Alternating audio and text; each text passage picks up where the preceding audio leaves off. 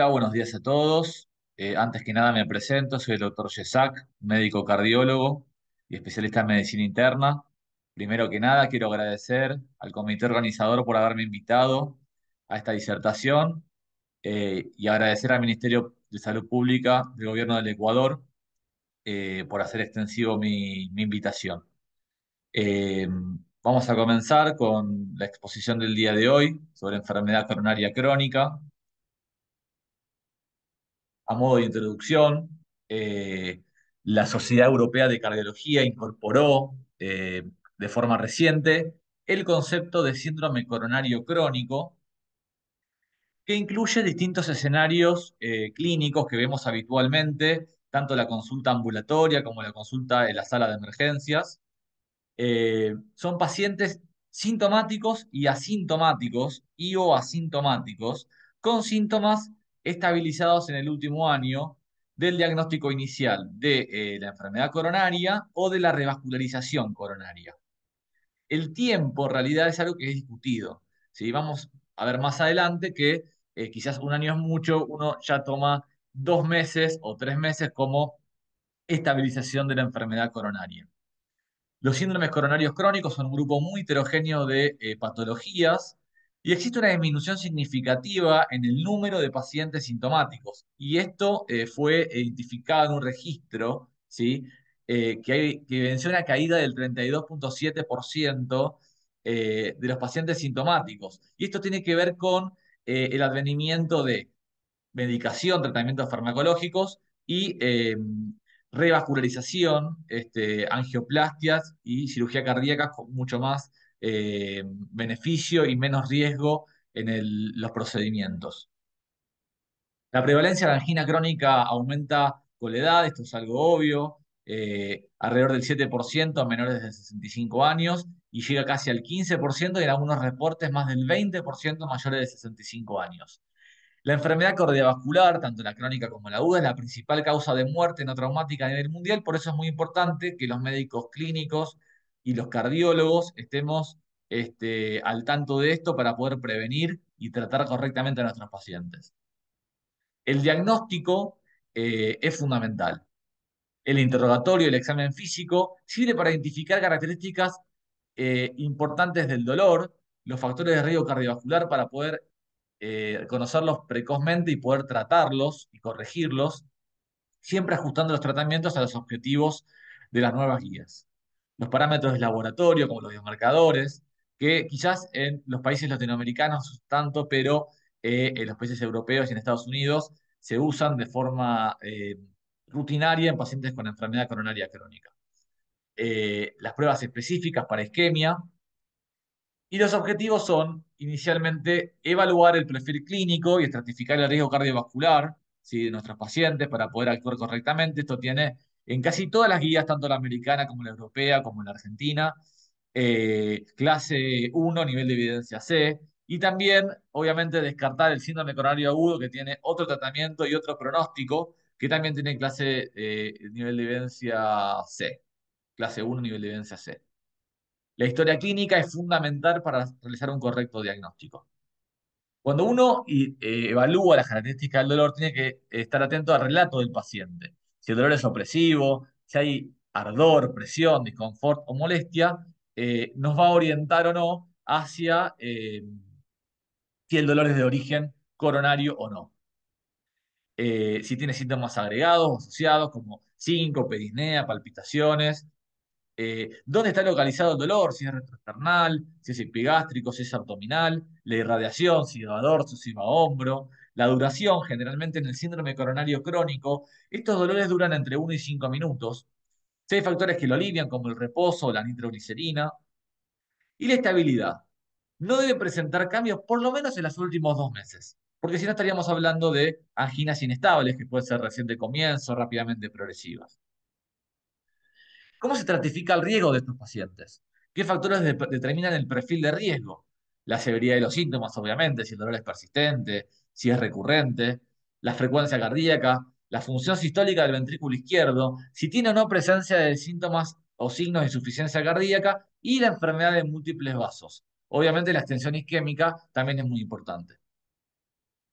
Como estudios específicos, ya el electro no parece ser específico, pero bueno, está dentro de este grupo. Debe realizarse un electro de 12 derivaciones en reposo a todos los pacientes. Esto tiene una recomendación clase 1 nivel de evidencia C, de casi todas las guías, ¿no? Eh, el electro puede ser normal en pacientes con angina crónica estable y esto no excluye isquemia, como tampoco la excluye en síndrome coronarios agudos. Y es fundamental el electro para la comparación ante nuevos eventos de estos pacientes. El laboratorio con hemograma, el perfil lipídico, la glucemia, la función renal. Y es muy importante que no se recomienda de forma sistemática la troponina ni el BNP, pero sí, como dije anteriormente, los países desarrollados están utilizando la troponina y el BNP de forma más rutinaria, quizás por los costos, quizás de los profesionales de la salud, a diferencia de los recursos. Estudios específicos, como el Holter de 24 horas, solo ante la sospecha de arritmias, y estudios como el ecocardiograma Doppler, la resonancia magnética cardíaca, para evaluar función sistólica del ventrículo izquierdo, diámetros de cavidades, o para descartar otras causas de dolor como causas respiratorias o cardiovasculares no coronarias.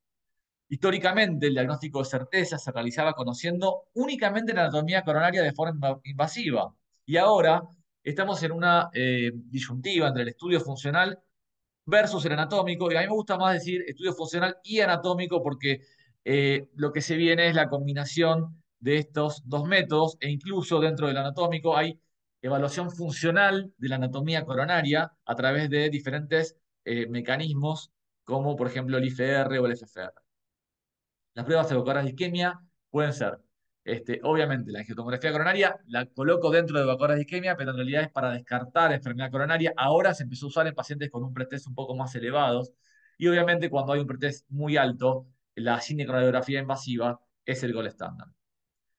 Antes de seleccionar la prueba, uno tiene que evaluar el pretest para enfermedad coronaria del paciente, las características individuales del paciente, si puede ser sometido o no a un estudio porque quizás no puede hacer esfuerzo, disponibilidad y experiencia del centro y sensibilidad y especificidad de cada método en particular. La imagen es mucho más sensible y específica que solo el esfuerzo. En pacientes sintomáticos, la ausencia de síntomas en las 48 horas no permite realizar una prueba funcional y eso tiene un nivel de evidencia clase 1B. En asintomáticos, la recomendación cae, pero aún así es muy útil ante la sospecha de enfermedad coronaria crónica. En pacientes con baja probabilidad pretest, la angiotomografía coronaria es importante y es también el gol estándar. Hay un montón de estudios, el Accuracy y otros más, el PROMIS, que avalan el uso de angiotomografía coronaria en pacientes con valor predictivo negativo bajo pretest. La prueba evocadora de isquemia puede dar resultados de alto riesgo, que es lo que yo quiero que se lleven de esta charla. El área de isquemia que compromete más de un 10% de la masa miocárdica total en estudio de perfusión, cuando compromete más de 3 segmentos con desarrollo de nuevos trastornos de motilidad en el ecoestrés, cuando compromete más de 2 sobre 16 segmentos con nuevos defectos de perfusión o 3 segmentos con trastorno de motilidad en la resonancia. Las pruebas funcionales pueden ser el ecoestrés, que puede ser con apremio, que puede ser ejercicio o farmacológico, dipiriamol o dobutamina, por ejemplo. La resonancia con apremio farmacológico, con regadozón, PET, estudio de perfusión, técnicas híbridas, SPECT-TAC, PET-TAC, PET, resonancia cardíaca. Estudios anatómicos, que el más conocido es la cinecoronariografía por cateterismo, la CCG, que evalúa anatomía coronaria, presencia de anomalías congénitas, localización, cuantificación de lesión, obstrucción parcial o total, aterosclerosis, el número de vasos afectados y la presencia o no de circulación colateral, que eso habla más de enfermedad coronaria crónica. Permite planificar una estrategia de revascularización, ¿sí? Tanto quirúrgica como por cateterismo, imprescindible cuando se piensa en indicación terapéutica. Estudios anatómicos, la CCG en síndrome coronario crónico es selectiva y no de rutina, esto es muy importante, y los nuevos trials hablan a favor de esta oración que acabo de compartirles, y está indicada en pacientes que persisten con síntomas a pesar de un tratamiento médico óptimo, que esto es discutido, ya el estudio órbita nos hablaba de que no había mayores diferencias entre pacientes que eran revascularizados cuando tenían angina crónica estable y tenían una lesión de vaso único. Presentan hallazgos de muy alto riesgo en estudios funcionales, así como los que tienen deterioro de la función ventricular con FACE severa, y esto lo vemos en el estudio Stitch, donde pacientes con FEIMA 35% se benefician de la CRM. No tan es así cuando tienen menos de 35 de FEI y se va a someter a un procedimiento de angioplastias cuando está contraindicado la CRM, como el estudio Revive, tampoco mostró diferencias respecto al tratamiento médico. También cuando hay sospecha de lesión de tronco coronal izquierda, ¿sí? Esto lo vemos en el estudio isquemia que ahora lo vamos a comentar. La angiotomografía coronaria, también se puede hacer una evaluación anatomofuncional, como dije anteriormente, con IFR y FFR, y evaluación de las características de la placa, con OCT o IBUS. El pronóstico está determinado por la edad del paciente, los factores de riesgo, hipertensión, diabetes, tabaquismo, los antecedentes familiares y la función sistólica del ventrículo izquierdo. El tratamiento es fundamental la incorporación a un programa de rehabilitación cardiovascular. Esto tiene recomendación clase 1, nivel de evidencia A, no hay ninguna discusión, estudios aleatorizados han demostrado esto. Tratamiento farmacológico para prevención de eventos como antiagregantes, la aspirina, que actúa mediante la inhibición de la ciclooxigenasa 1 y producción de tromboxano A2, y la dosis recomendada es de 100 miligramos, y el clopidogrel en caso de contraindicación o intolerancia a la aspirina, que son 75 miligramos día. Tratamiento farmacológico para prevención de eventos, los antiagregantes, la aspirina actúa mediante la inhibición, como ya dije recién. Y el estudio Carisma Trial comparó aspirina versus aspirina más clopidogrel en pacientes con múltiples factores de riesgo y no observó beneficios. O sea que para el síndrome coronario crónico, la combinación de aspirina y clopidogrel no es útil, aumenta el riesgo de sangrado.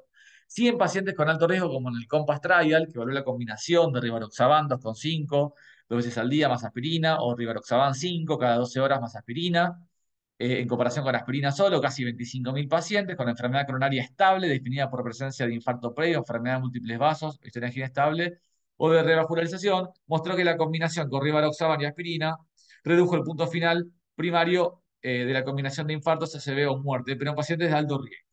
¿Sí?